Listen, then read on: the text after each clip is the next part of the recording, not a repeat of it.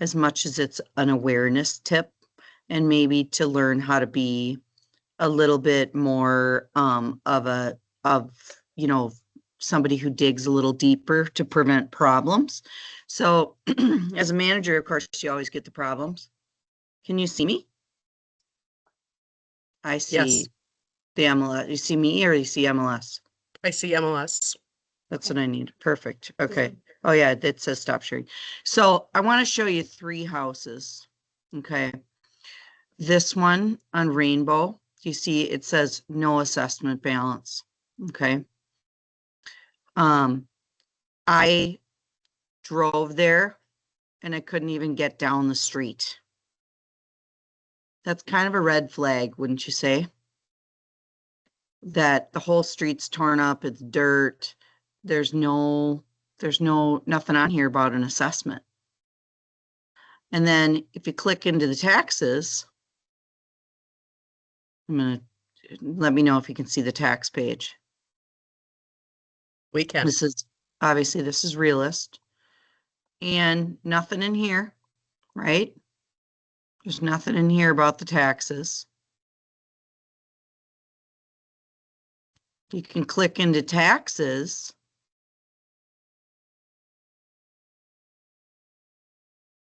And we can get into what they owe. And it doesn't have anything about a pending assessment. So specials, it says 0. You guys can see that? Yes, we can. Yep. But you know what? There's $3,000 assessment on this property. Okay, so that's 1. We're going to go to number 2. Here's number 2. This one's listed by my office. So proud of my agent. So look at in the agent remarks. Road under construction. Mississippi's closed and it'll be paved on October 30th. So telling people what's going on and where to park. And then it says estimated assessment rate of $3,000 per lot is pending. Payments begin fall 2026. It's actually, that's a typo. It's fall 2020. Oh yeah, no, it might be fall 20. Yeah, it is. So that's not a typo. I'm in the wrong year. It's 2025. Payments don't begin until fall 2026. If you don't pay the whole thing up front, it's at a 3% interest for 10 years. And she puts in here buyer to assume assessment. Okay. This is a great way to do it. But this assessment, the seller didn't even know about. So I coincidentally drove to this property and the other one. I wanted to help her. So I was putting out the sign because you know how us agents, us managers are. And I said, hey, Ange, this road is all torn up. Do you think there's going to be an assessment? And she said, well, ask the sellers and they don't know about anything. And I said, well, the road's torn up. There's got to be something. So she said, well, is it because of the government shutdown that I couldn't find it? I said, no, I don't think so. What it is that when these road projects are done, they don't hit assessed and pending until way after they're completed. But a notice has gone out. And so both the sellers on these 2 properties said that they didn't know of any notice. So they did get notified, but they forgot. They threw it out. They aren't thinking anything of it. And that's probably our biggest problem, is that they don't remember. Here's another one. This one all happened in the last 2 weeks. Now this one just closed a couple days ago.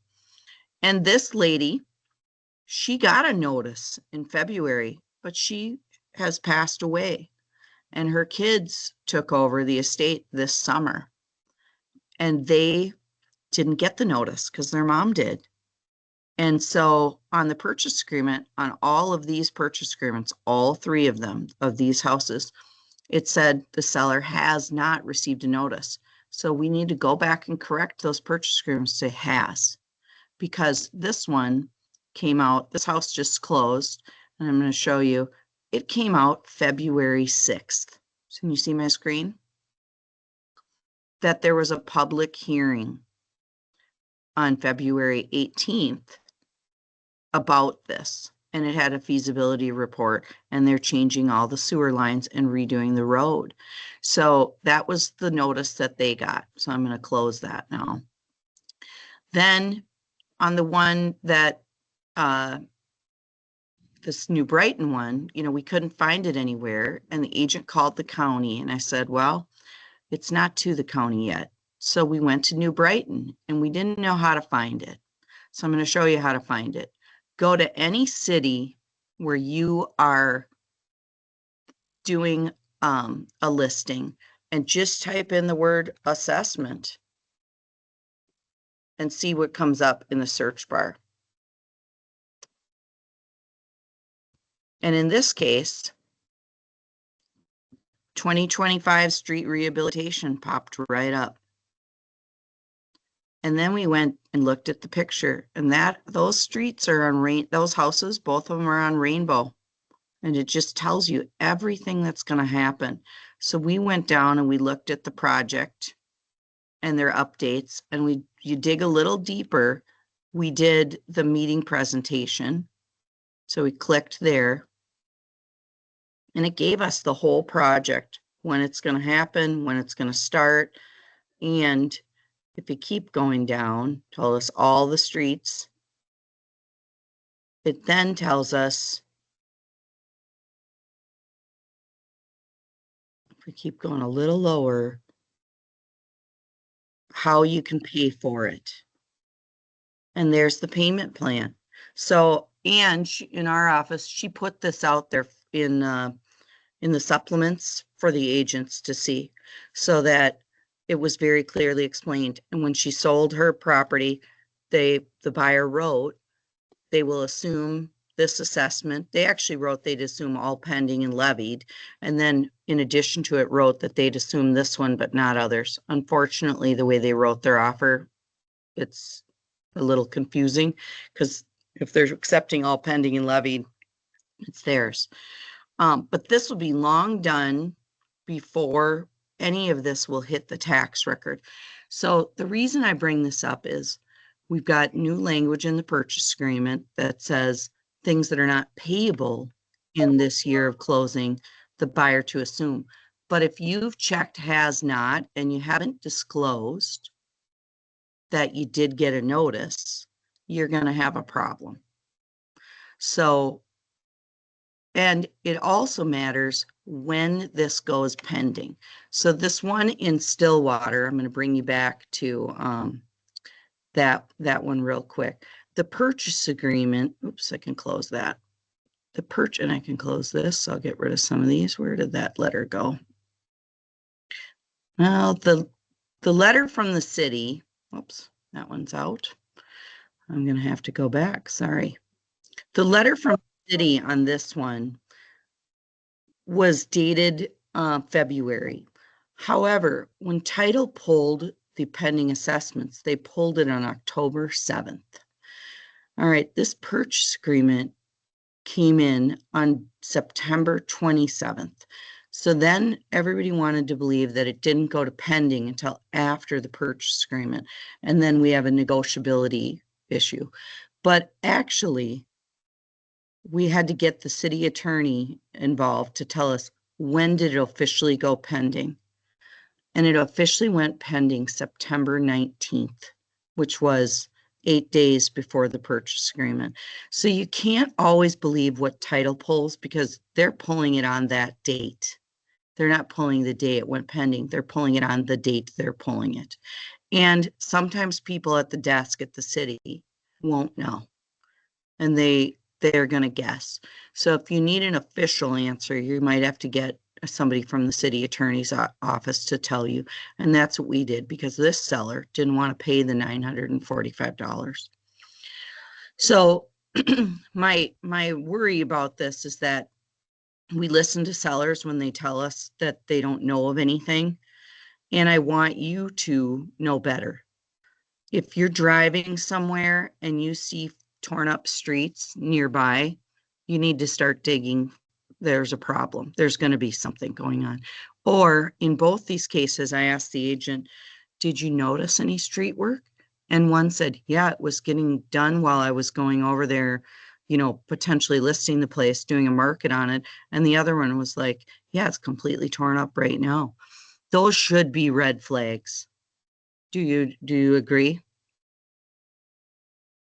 Anybody help me out here? This is like being out in cyberspace. Yes. I think it's frightening. So if you're digging in tax records and you're digging at the county, you're not going to find it. You got to start at the city level, and it's really not that hard. I think just going to the city and searching assessment was amazing. It was the first thing that popped up.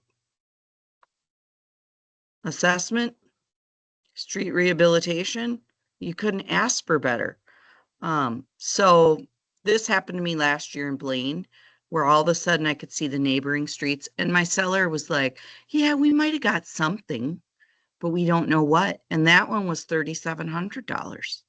So in a market where people maybe aren't as making as much as they thought, or numbers might be tight, you definitely need to know, because who's going to pay for this? Now, in this case, a lot of times the buyer would want the seller to pay for it, but we don't even know the real amount. We have a projected amount. And so it won't get fully assessed until the whole thing's done. And in 2026, that fall, they'll have a final amount. So right now, if a seller were going to pay this on behalf of the buyer, they would probably have to pay closing costs in lieu. Say, we're going to contribute $3,000 towards your closing costs because this is going to hit your property later. It doesn't even hit the property yet. But they definitely have received a notice, and this notice should get posted. And handling it up front was easy and not a fight. The guy down the street who didn't do any disclosure, he's probably going to have a fight. And we don't like fights. I don't want any more fights. It's annoying. So that's my tech tip. You guys have more questions? Great information, Chris. I think this was very helpful for a lot of agents. Okay, so keep your eyes and ears open. Be a private investigator. That's it, guys. Thank you so much.